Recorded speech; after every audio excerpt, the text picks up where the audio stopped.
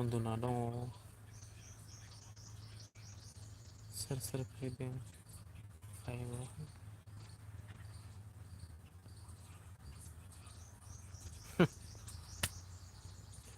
Hi hello' good इभिनिं। Comment खालाम। Like हो आरो। उन्दुनानै दङलै ओरैनो दसे डिउटियावनो।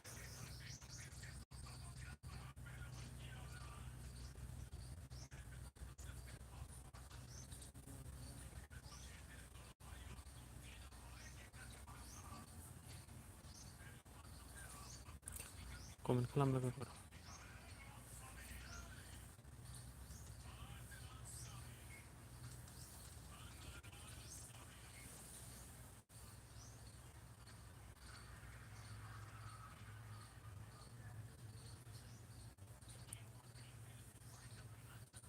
सोर सोर दङ कमेन्ट खालाम आरो जायफ्रानोखि चेनेलावहाय गोदान नोंथांमोना चेनेलखौ साबसक्राइब खालामना होलांदो आरो हायोबा लाइक खालामदो।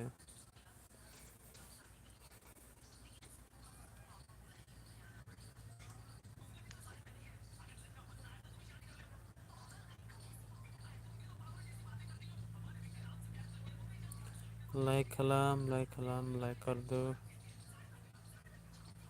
एन्ड कमेन्ट खालाम।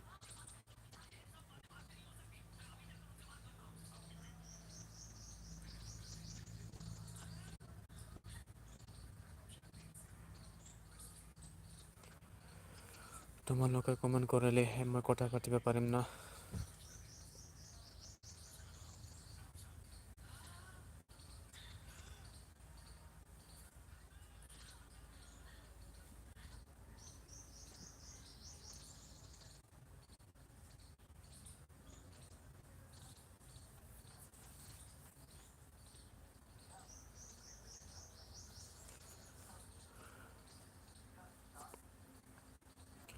कमेन्ट खालामदो लोगोफोर कमेन्ट खालाम।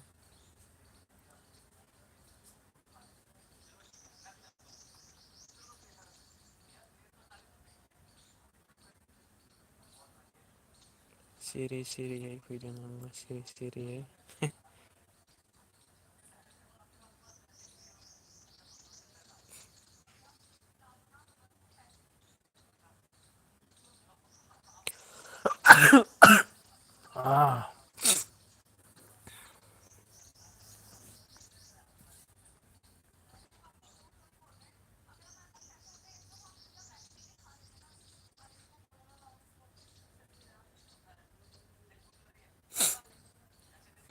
कमेन्ट करो पहले कमेन्ट खालाम।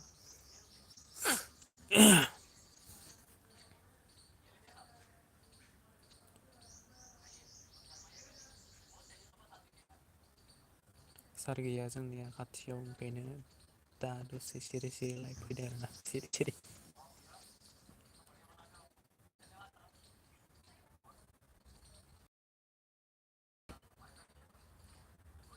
नेटवर्कआ डिसकानेक्ट जाना होलायदोंलै सरि लोगोफोर।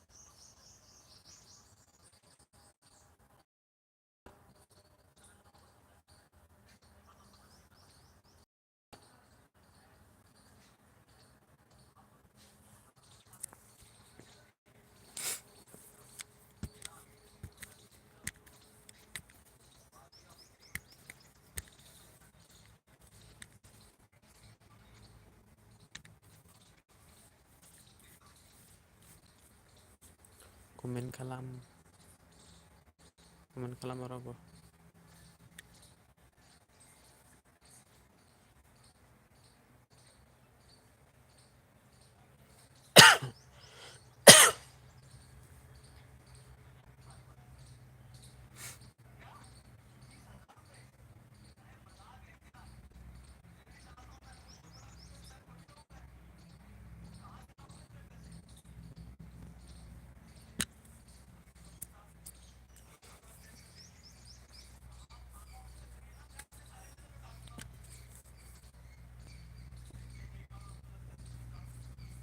कमेन्ट खालामदो बेफोरो बड़ा जिनिसलाय दसे नंनि सारा फैसिगोन रायज्लायनो मोननाय नंला ओंखायनो नोंथांमोनजों दा सिरि सिरि लाइभ खालामबाय आरोना सिरि सिरि लाइभ खालामदो नोंथांमोनजों कमेन्ट खालाम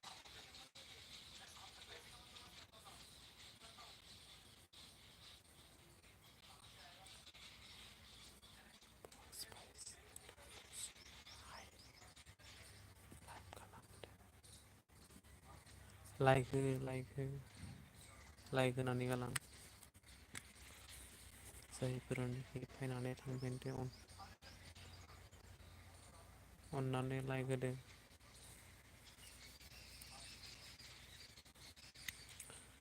বড়োবিলাকো আহিছে নাই এই মানুহকেইটা আকৌ বড়ো ভাষা বুজি নাপায় নেকি লাইক কৰো প্লিজ লাইক মি इंराजिबो रोंलायलाङालै आंना जाम्बाखौनो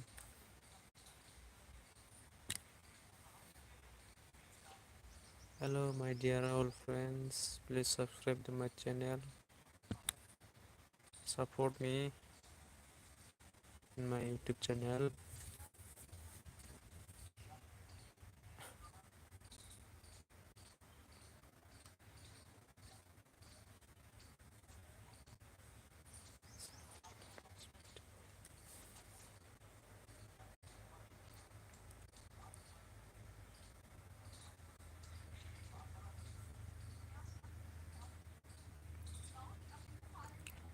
Bawa karset berantem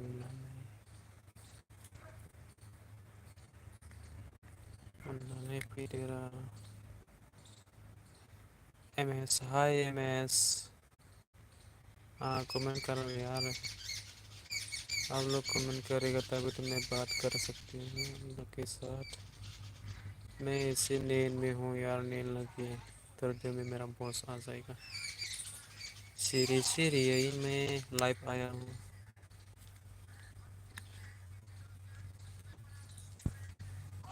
से मैन अब कहाँ से हो MS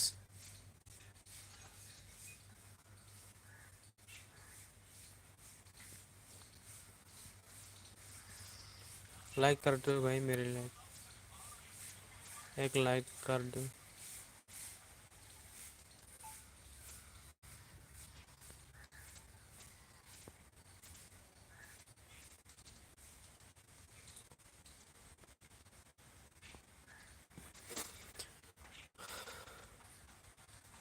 सामान है सामान सामान है पानपेल ओ पानपेल से है क्या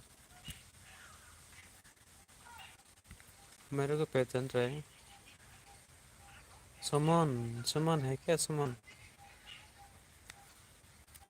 पता नहीं यार मैं तो बोल गया आप तो प्रोफाइल भी नहीं डाला यार उसमें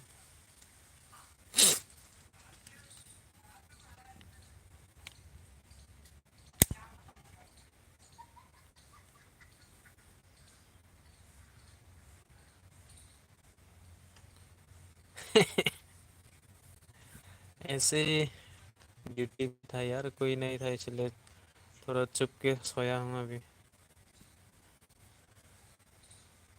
सोते सोते ऐसे लाइफ में आ रहे हैं यार आप लोग के साथ अकेले बोरिंग लग रहे ना हारसिङै बोरिं नांदों ओंखायनो नोंथांमोनजों लाइभआव फैदो आरो ना कमेन्ट खालामदो एक लाइक तो बनता है यार भाई है ना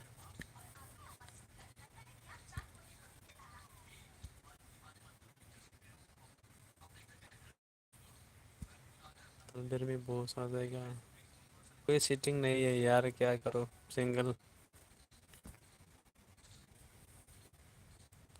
कोई है तो बताओ यार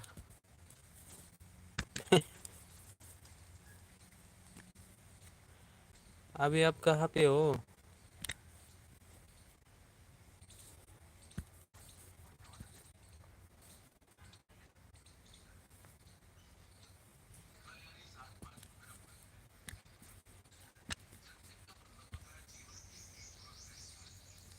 और कौन कौन आ रहा है यार, कमेंट करो भाई लोग।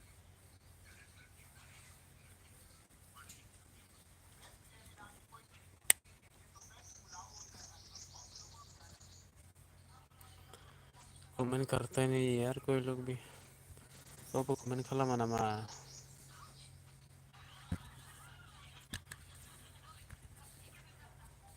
एमएस सर चले गए क्या? मैं तो नोटिस से हूँ यार, नोटिस। नोटिस पता है ना? मालूम तो होगा नोटिस। असम, गुवाहाटी। मैं अभी रहता हूँ अहमदाबाद में। Oh yes, thank you. आपने कभी गया है क्या वो पे नोटिस में?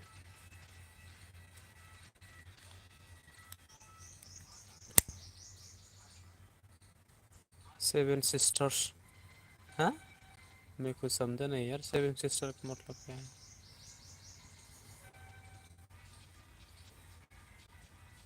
सिक्किम से? ओ माय गॉड, आप सिक्किम से हो?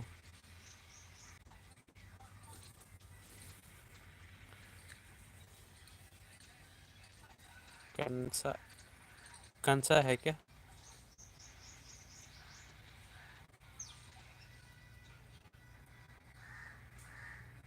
गैंगटॉक, सिक्किम गैंगटॉक में।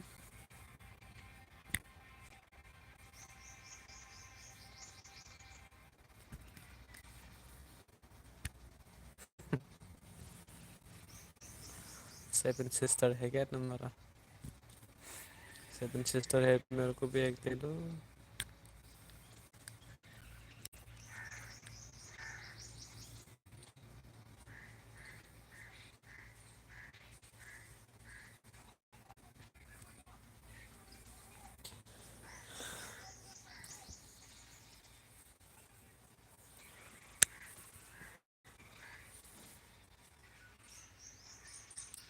थोड़ा टाइम में बॉस आ जाएगा, इसीलिए मैं चुप चुप के लाइक आया है यार।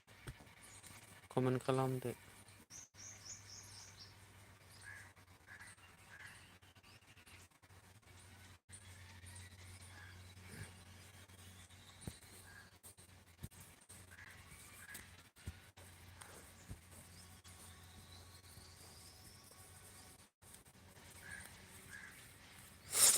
मैं चले गया क्या? कहाँ गया यार?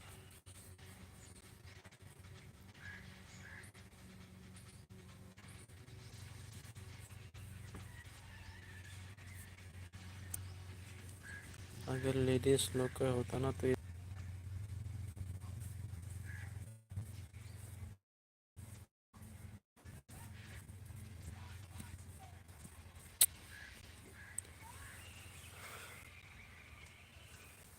एमएस, एमएस कहाँ है? गया?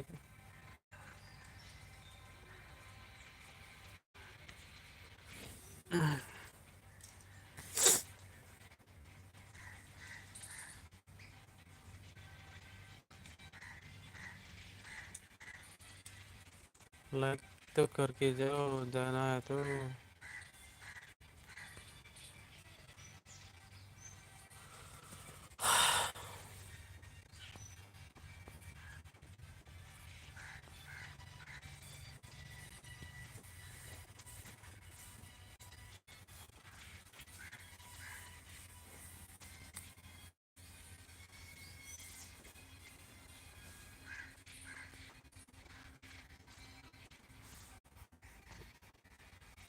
4 बजने वाला है।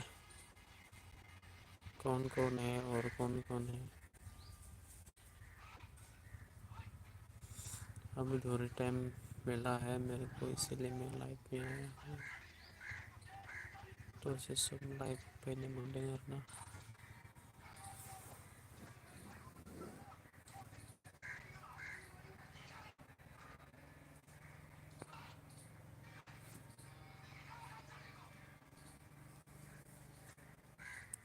लाइक करो।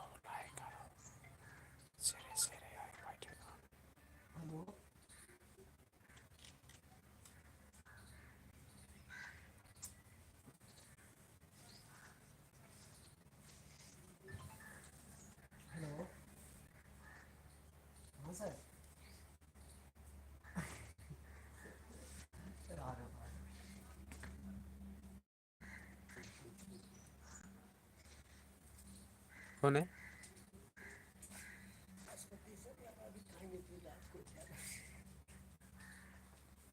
अभी खा रहे हैं? कहाँ थे इतना टाइम तक?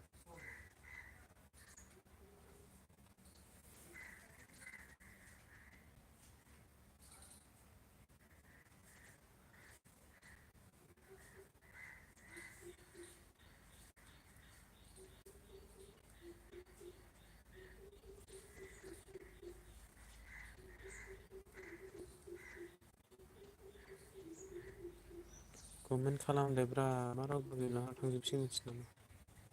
खारजोबनोसैसो नोंसोरो ए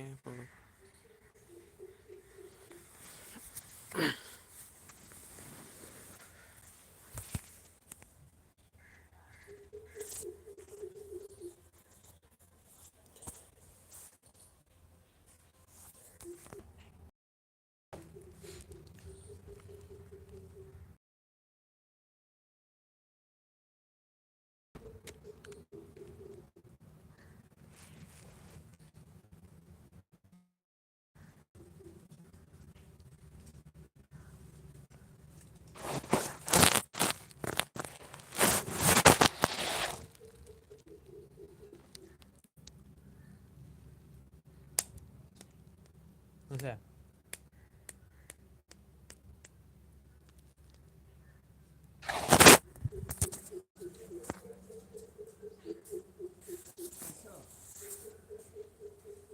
सारा टाइम जाके इधर तो नहीं देखा, उधर होगा कि पता नहीं।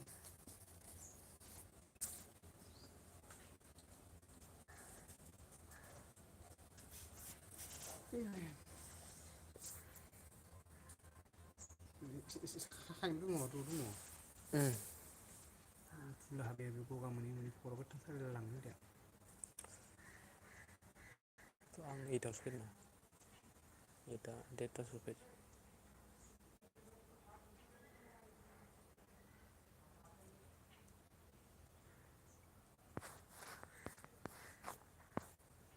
फैबाय राजा फैबाय थांनो आलासि दं थांदों 8 जागोन गासै मोननै एक्सट्रा बायदि दङ। गथ'फोर दङ सानै गथ'फोर नांदों मोजां हरनै मोननै रुम दङ।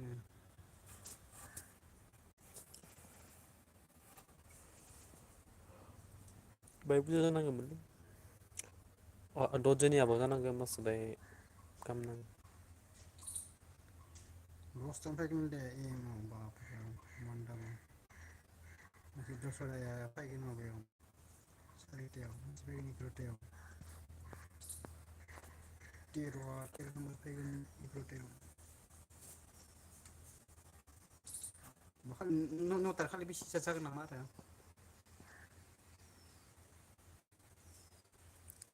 सुनिबारना दंबावोसोगोन होमबासो बारा जागोन नङा होनबा फैनांगौ 10टासो रुम जाबाय थानांगौमोन मोनाबाय थारमाने मिनिमाम हायेस्ट 10टा रुमा जाथारनांगोन। थारमाने माहायाव खनसेयाव 300 रुम थांनांगोन होमबासो नङा होमबा ने कम्पानिया उनाव जोंफोरबो टाइम पासबो खालामनाङो।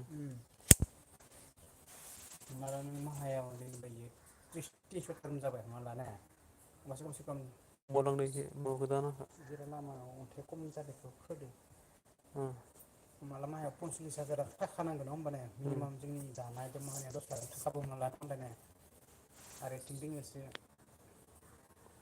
आलासिनि मैगं लाबोनाय लाइट बिल माबायदि फिसा फिनला थेवबो देग्लाय सिजोनाव माबा जादों प्रफिट जादों इसोरा बाहाय प्रफिट जादों खाथा पार्टनारशिप ना आरो मुजिसादोबो पार्टनारशिप बा खाब्रै हमना ला ने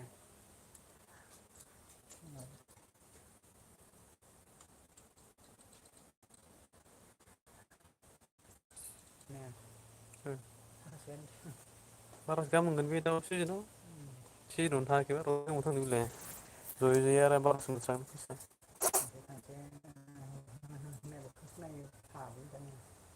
आरो बेलेगाव बेबायदिनो खामानि मोनाखै बियो मावखादों बेखौनो आरो बेलेगाव बेबायदि मोननायबो नङा बे दा बारा नलेजबो गैया इनिया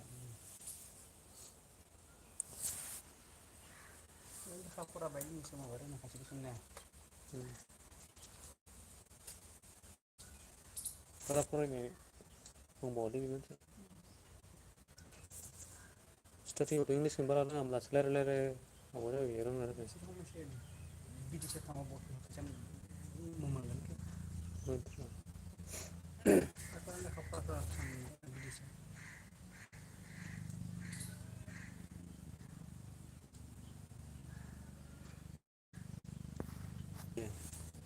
आं दाखालि सुथि थांनांसिगौमोन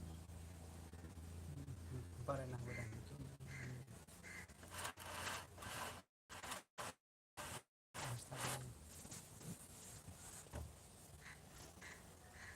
सबबो बारायानो लुगैया जोंनियाल'सो खमना बोराया मबाइल फाननो थांदों होनदोंमोनना थांबाय नामा बियो अननानै गिफ्ट होदो एग्ला गासिबो लाहोना मबाइलखौ उफाय गैया फानाबालाय मखौ मारो आरो जोंनिया 1100 गाहाम लाखायो 1100 1200 गाहाम लाना बिखायो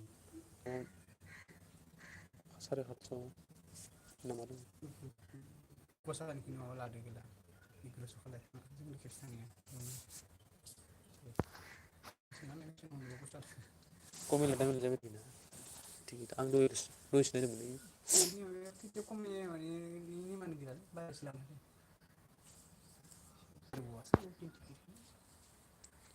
बेंगालरावथ' भुलाव होआ आइयाव थां थाङासो होलायलायो माबा काउन्टारनि मानसियाबो एक्सेल होनो नाङा गिदिर गिदिर खालामना होगोन ना लाबोसिगोन बननांसिगोन 1500 दोजा गिदिरखौ एक्सेल खायसे वेटिं टिकेट टिकेट होनो काउन्टार नाङा टिकेट माबा फानो आरो बेनो दालालफोरबो लेनदेनलै वेटिं टिकेटखौ एक्सेल होनो नाङा नाथाय हिसाबनि मथे लांनांसिगोन मथे लांनांगोन ना मानसिखौ जनानै दिसथाब खालामनांसोयोना जोंनि भारताव बिदिनो मोनसे हामा हिसाबनि मथे लांना नङा होनलाय दैलि गारि होनानै एखमबा रामा बाय बुखिना होबाय नामा जानायखो सिगाङाव सारभिस खालामाबानो जायामोन ना दानिया लिंदोंबो माला बिनो माला जोंनियाव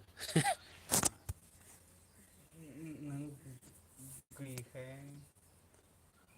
बेफोर एसे राव पात्ता लालायासैना इसोरो आंसो माबा माबाबाय थायोमोन गावसोरखौ फेजेननो लुगैदोंमोन गोसोआ बुंनो हाया जाखायो आरो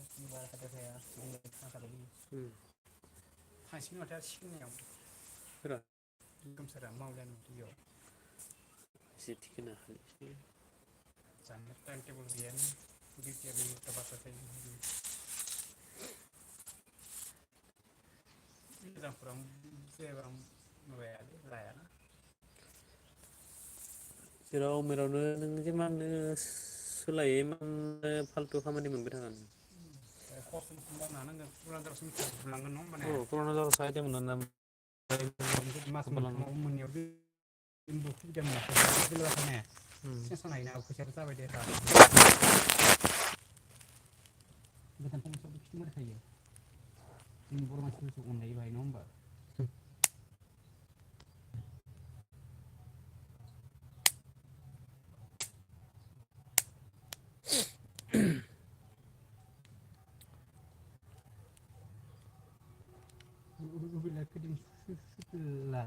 मिथिया सोंसै आं मास मोनसेयानो जागोन जागोन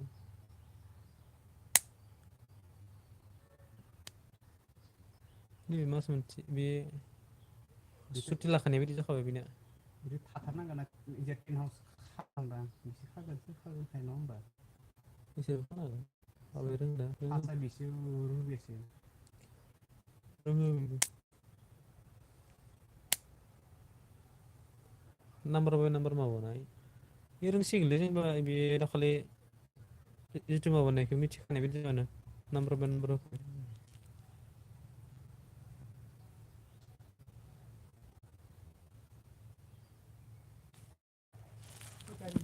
गोबां बिदि होनबा बिसोरनो 8 जन नामा जों बिसोरनो 6था ना 7था रुम ना जों थांनो समाव जों बेयाव फाहामदाव गावनि सिगाङाव लकडाउन खुलिनाय लोगो लोगो बे समाव बाय गोदो नङाबा सुटिंनाय समाव जादोंमोन ना आसिम सारनि कन्टेक्टबो खालामदोंमोन टेन्ट हाउसबो खादोंमोन बेनिखायनो माने कन्टेक्टनि खोथा जाखाबाय आरो बेयाव नोंसिनिया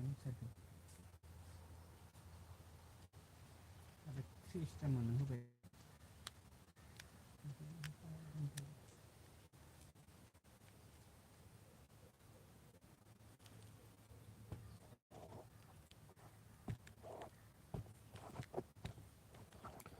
विजय साराबो जुदि माबावदोंबा पार्टनारशिपआव दङबा थाबावगोन फैगोन बोसोराव फैगोन सिजनावबो थां नङा बुस्थुआ बेबो सोलायनो खस्थ' हालिया मानो होनबा सिस्टेम मोननायफोरा सब माबानो स्टेटनि थाखानांगोन ना नङा होमबा दानिया बिमा माबा माबि जानायफोरा थानायफोरा औ माबा पिबा रायलायनांसिगोन जोंनिया सोरनियाबा हाबबाय 16,000 सोरनियाबा 18,000 हाबबाय नोंसिनिया भाद्रमाव माबानो बोसोरसे जाबायना पि एम मोननाया बाराखौसो मावनो हागोन बेनो सिगांनि माबा दंखायोना लिंक थाखाबा हायो सिगांनि देवआ खामाखैनि माबाया गरबरखानिफ्राय बेसेबां 1.5 लाख फैसा मोनासै गोदान कम्पानि एसे एक्सपिरियेन्सनि थाखाय जोंनिया दा माबाया आंनि आधार कार्डआनो जायाखै नम्बरा आधार कार्डआ फैबाय आपडेट खालामदोंबा माबाफोर जानांगौमोन ने आधार कार्डआव थांदोंबालाय बे आपडेट जाबाय जाबाथाय नायग्रो थांबासो बे माबाबासो माबा जायोना आपडेट जायोना पसुपतियावसो खालामना होदोंमोनलै गेजेराव आं दा बेलासियाव माबानांगौ रायलायनांगौ होनदों माबा जानाय नङा बेखौ नांथारगोनबा बेनि फैसाया 20,000 हाबबाबोथ' 40,000 मोनहैगोन बेयावनो हाबायाव माबागोन जों जाखाबाय नङा होनलाय खालामथारनांगौ ओंखायनो फारसेनिफ्राय सुलाद मोनबाय फैदों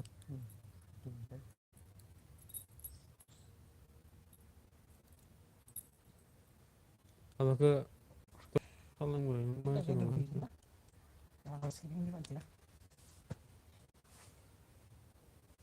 मोनामसोयो नोंनि हासुदैया मानो मोनामसोयो आरो खारा मोनामो मबाइलाव फानबाय नोंसोर मिथिबा रायजागोन नोंसोरो ओरैनो गिफ्ट होनाय ना बेखौ मिथिबा रायजागोन नोंसोरो फैसा खांनानै गिफ्ट होनाय ना नोंनो बेखौ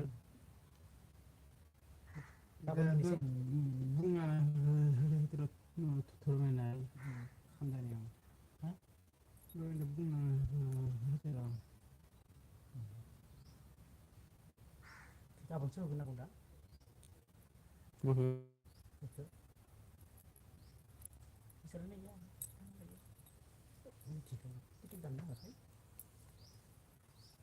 मास मोनसेल' खौ नेनो हाया बेलाय मबाव दानो हाया नोंखौ फैगोन मासाव थांगोन ना उनाव सम दाना होनो ओंखारदो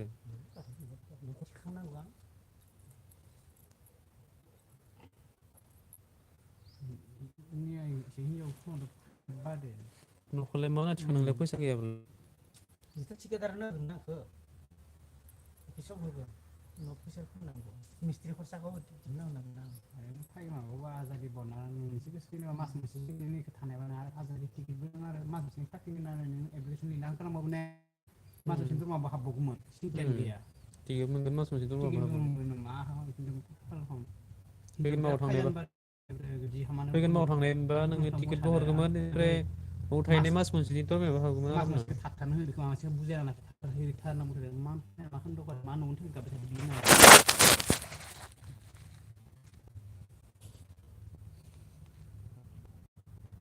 आं बुंबाय आं बहुद बुजायबाय थादों होननानै मानियानो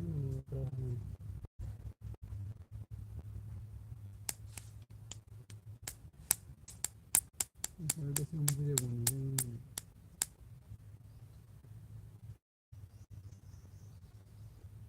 रुसियान गबर हरखौथ' बिजनेस मावदों ओंखायनो माने फिसाजोफ्रा जि खोनाजोबथारदों माबा दा आरो फैसाया एखौनो हाबदोंबो बहनानै मिस्थि जेसे बुंग्राखौसो लिंहरना लासिगोन खामारा मालाय गावनो संना दोनदो खावना दोनदो खेबसेनिफ्राय